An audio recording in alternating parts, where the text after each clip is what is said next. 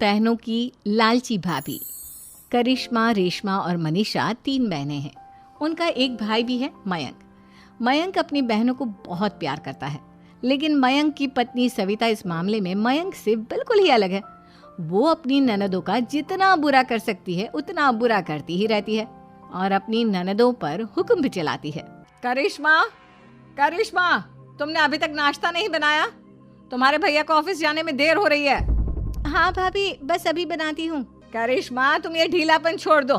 कल को पराये घर जाना है। वहाँ अगर तुम इस तरह से काम करोगी तो लोग क्या कहेंगे कि माँ ने और भाभी ने कुछ सिखाया नहीं।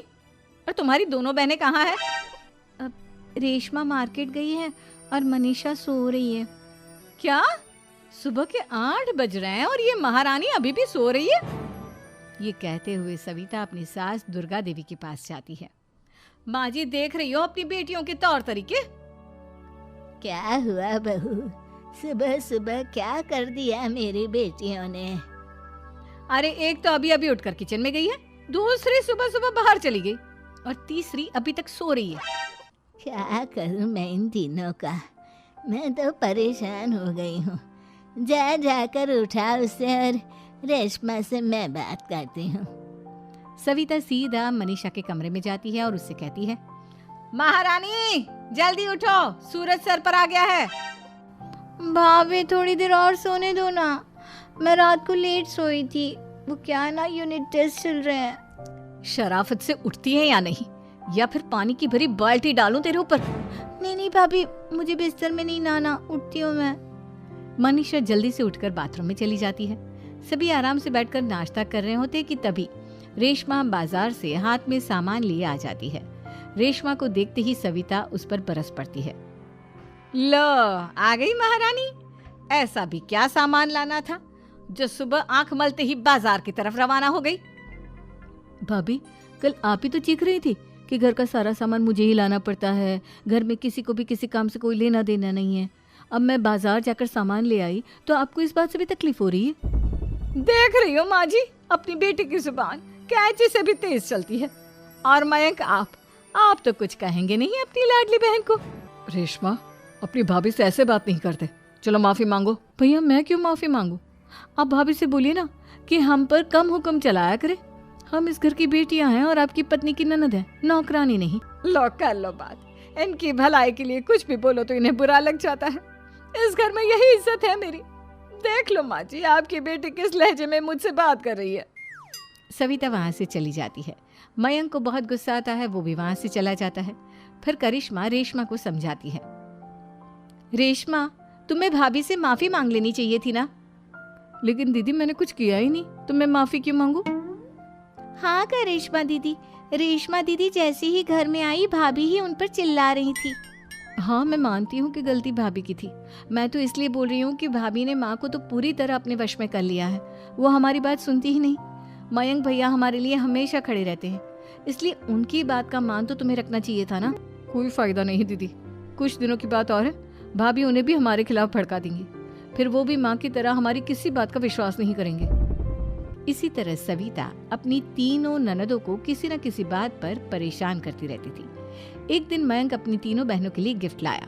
क्या रेशमा, ये तुम्हारे लिए हार का सेट। रेशमा, तुम्हारे लिए सुंदर सी ड्रेस। और मनीषा, तुम्हें किताबें पसंद है ना, तुम्हारे लिए किताबें लाया हूँ। थैंक यू भैया। थैंक यू भैया। थैंक यू भैया। करिश्मा, तुम्हारा नेकलेस कितना सुंदर है, ये भैया कहाँ से ले आए होंगे? मैंने भैया को 3 दिन पहले फोन पर ये डिजाइन दिखाया था और आज भैया ये ले आए। सविता तो अपनी ननदों के गिफ्ट्स देखकर जल गई और करिश्मा का नेकलेस तो उसे भी बहुत पसंद आया था। अपनी बहनों के लिए कितना अच्छा नेकलेस लेकर आए हैं, मुझे कभी कोई गिफ्ट नहीं दिया।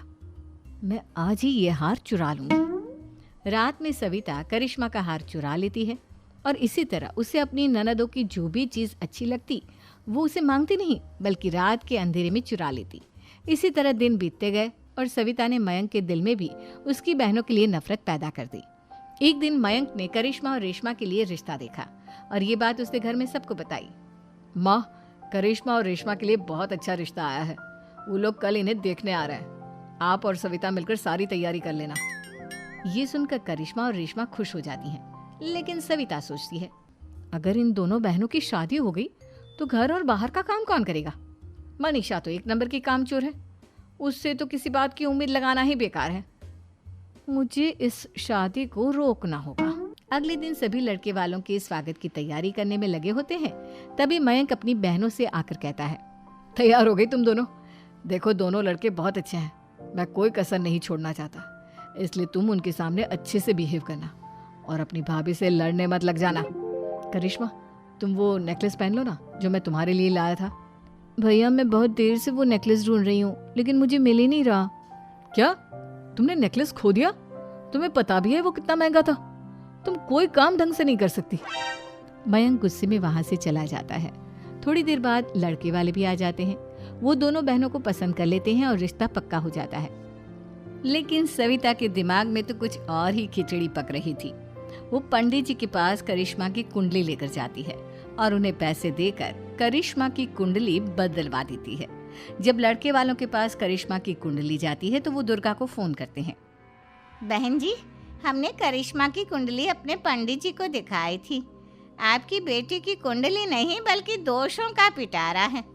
देखिए, मैं और मेरे पति इन सब बातों में बहुत विश्वास करते हैं, इसलिए हम आपकी बेटी से अपने बेटे की शादी नहीं करा सकते। इस तरह करिश्मा का रिश्ता टूट जाता है और सभी घर वालों को बहुत दुख होता है। अब कविता सोचती है, चलो करिश्मा का तो रिश्ता टूट गया, अब रेशमा का भी रिश्ता तोड़ना है। क्या करूं? अब सविता आवाज बदलकर किसी अननोन नंबर से रेशमा के होने वाले ससुराल में फोन करती है। हेलो, मैं कौन हूँ कौन नहीं ये आपके लिए जानना जरूरी नहीं, बस इतना सुन लो कि रेशमा का 2 साल से किसी के साथ अफेयर चल रहा है। बस रेशमा का रिश्ता तोड़वाने के लिए सविता का इतना कहना काफी था। अब रेशमा का भी रिश्ता टूट गया। मयंक और दुर्गा देवी ने रेशमा को खूब खरी खोटी सुनाई और उससे बार बार उस लड़के के बारे में पूछने लगी। आप दोनों मुझे क्यों परेशान कर रहे हो? अरे कोई लड़का होगा मेरी लाइफ में तो मैं बताऊंगी ना, जब कोई है ही नहीं तो कहाँ से लाऊं मैं कोई लड़का? तो तेरे होने वाले ससुराल वालों को फोन किसने किया था? माँ मैं नहीं जानती किसने फोन किया था, मैं सच कह रही हूँ। मैं तो पहले ही कह रही थी इसकी लगाम खींच कर रखो, लेकिन मेरी सुनता ही कौन है। आप चुप रहिए भाभी, ये सब आपका ही किया धरा है। अब तीनों बहनों को विश्वास हो जाता है कि ये सब उनकी भाभी ही कर रही है। तीनों बहनें अपनी भाभी को सबक सिखाने के लिए एक वकील कर लेती है और घर में हिस्सा मांगना। देखो भैया, माँ बाप की जायदाद में जितना बेटों का हक होता है उतना ही बेटियों का, इसलिए इस घर के 4 हिस्से होंगे और हमें अपना हिस्सा चाहिए। मैंने तुम्हारे लिए क्या क्या नहीं किया और तुम इस घर में हिस्सा मांग रही हो? भैया, आप और माँ हम बहनों की कोई बात नहीं सुनते हो और भाभी हमारी शादी नहीं होने देगी क्योंकि उन्हें लगता है कि आप हमारी शादी में ज्यादा पैसा लगाओगे और उन्हें हम जैसी फ्री की नौकरानी कहाँ मिलेगी। तो हम भाभी के साथ तो रह नहीं सकते, हम बहनों को अपना हिस्सा चाहिए। अरे तुम्हें शर्म आनी चाहिए अपनी भाभी पर ऐसा इल्जाम लगाते हुए। वो तुम्हारे बारे में कितना सोचती है। हाँ माँ, भाभी हमारे बारे में बहुत सोचती है, दिन रात बस यही सोचती रहती है कि किस तरह से अपनी तीनों ननदों को परेशान करूं और कभी मुझे पढ़ने भी नहीं देती। दोनों बहनों का रिश्ता भी तो इन्होंने ही तोड़वाया है और रात में हमारे कमरे में आकर हमारी चीजें भी चुराती हैं। इसी तरह सविता की तीनों ननदें अपनी बात पर अड़ी रही। अब कोर्ट में तारीख भी शुरू हो गई। जब सविता को लगा कि उसकी तीनों ननद इतनी आसानी से नहीं मानने वाली, तो उसने अपने पति और सास को सारी सच्चाई बता दी और अपनी तीनों ननद से माफी मांगी। मयंक और दुर्गा को भी अपनी गलती का एहसास हो गया। अब सविता खुद करिश्मा और रेशमा के लिए अच्छा रिश्ता ढूंढती है और उनकी शादी